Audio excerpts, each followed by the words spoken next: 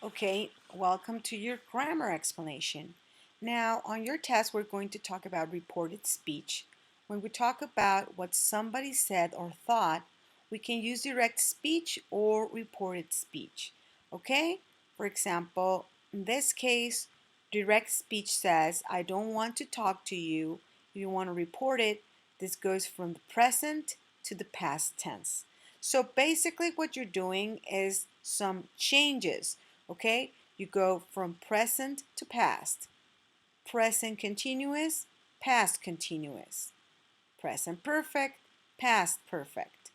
The past goes to the past perfect. Let me get it closer. Goes from present continuous to past continuous, from will to would, can't to could, couldn't. Well, this is can, this would be could. If it's negative, can't, couldn't, may, might. So you have to look at these changes when you go to report speech. Also, you have to report who said it, right? If it was a he or a she who told you. Okay, some modal verbs like would, could, should, and might stay the same in reported speech. Those would not change, okay? If in case these are like on this side, they don't change, they stay the same. For example, I'd like to go, he said he'd like to go. I did not change anything, I just changed person because I'm reporting who said it. It might be difficult, she said it might be difficult. Again, I'm reporting who said it, but I'm not changing might. When I asked him if he was going to resign, he said he didn't want to talk to me. Okay, now let's move on to reported questions. When you report a WH question, put the subject before the verb. Don't use the auxiliary do, does, or did. For example, where are you from? She asked me where I was from. Okay, why did she say that? He asked me why you had said that. Okay, you go from the past tense all the way to past perfect. You go from present to past, and if you can see, I'm not using any auxiliaries. For yes or no questions, use if or whether. Whether is more formal than if. For example, are you going to help? We asked them if they were going to help. Okay, we add if. Did you visit the London Eye? She asked us whether we had visited the London Eye. Other changes. When we report speech, we usually need to change the pronouns. Example given, I, he, and possessives. Example given, my. Depending on who is talking to whom. Time and place words may also need to change. I want you to give this message to your boss tonight. She said she wanted me to give or the message to my boss that night. Okay, all we did was add that. You don't need to change the tense when you want to show that the speaker's words are still true now. I told you yesterday that I don't want to talk to you. I still don't. So you don't have to change that, okay? Say and tell have different patterns. Always use a person or pronoun after tell. For example, Tom said he had a new car, not Tom said me, he had a new car. So when you use after tell, okay, Tom said he had a new car, okay, always use a person or a pronoun, okay. Tom told me he had a new car, okay, just be careful with that. On verb patterns, we've got the verb patterns right here. You read them very closely. Verb plus ing or to plus infinitive. For some verbs, okay, you have to study some verbs. Example given, these one here, enjoy, mind, keep, admit, recommend, and suggest, are followed by verbs plus ing. She didn't mind, because it's right here on the list, mind working late. The verb next to it has an ing ending.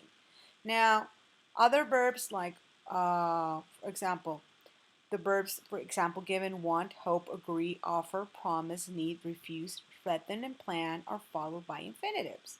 Okay? Oh, I skipped this one. The negative form is not plus verb ing. I enjoyed not cooking for a change. Okay? In this case, also, we can use not before the verb when we're using the negative form. As I was saying in the infinitives, it has to be these verbs, okay? Like They threatened to tell the police. The negative form is not plus the infinitive. I promise not to break. So the infinitive goes before, uh, the not goes before the infinitive. Some verbs, example given, start, begin, and continue, can be followed by both patterns. It could be by, doesn't change any meaning. It could be by the ing one or it could be by the infinitive. Doesn't matter. Only in these cases. Okay? Let me just highlight it a little bit. There we go. So only in these cases is where we can use both of them. And then some verbs, example given, like try, forget, and remember can be followed also by both patterns, but in this case the meanings would change. Okay? And then moving on, we got other patterns. Some verbs like advise, ask, invite, remind, and tell need an object before to in the infinitive. They warned me not to tell anyone. Okay?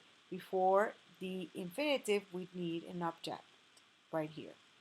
Okay? Other uses of the verbs with the ing ending, when a verb comes after the preposition like about, of, and by, the verb is always in the ing form. For example, I'm worried about not being good enough. Okay? So it always goes after these prepositions. It could be about, of, or by, like in this example as well. When a verb is the subject of a sentence, it is usually in the ing form. In this case, eating in a restaurant is more expensive than at home. This would be, in our case, the subject of the sentence, so it has the ing ending. Other uses of to plus infinitive would be the infinitive of person, purpose. I went online to what? Well, to read. That was the purpose. Adjective plus to plus infinitive, adjective, sorry. I was relieved to see I wasn't late. Okay, we have an adjective right here. And then the verb plus the question word plus the to and infinitive. I don't know where to go or who to ask.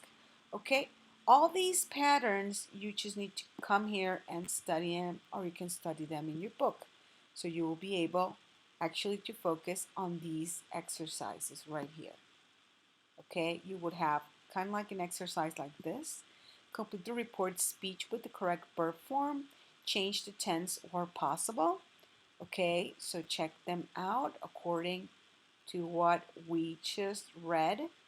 Check that your answers go like this and see if the changes correspond to the table we saw on page 146. Read Harry's conversation with Andy, then choose the best word or phrase to complete Andy's conversation with Harry's sister. In this case, again, we're going to highlight or underline the answers. Okay? And then check them out, and then we go to verb patterns. Underline the correct option. When do we need to use the ones that have an ing ending, and when do we use the ones that have the infinitive? We just saw the patterns back there, so you can pause the video and go back and check which ones you're going to use on each case for exercise A, and these for exercise B.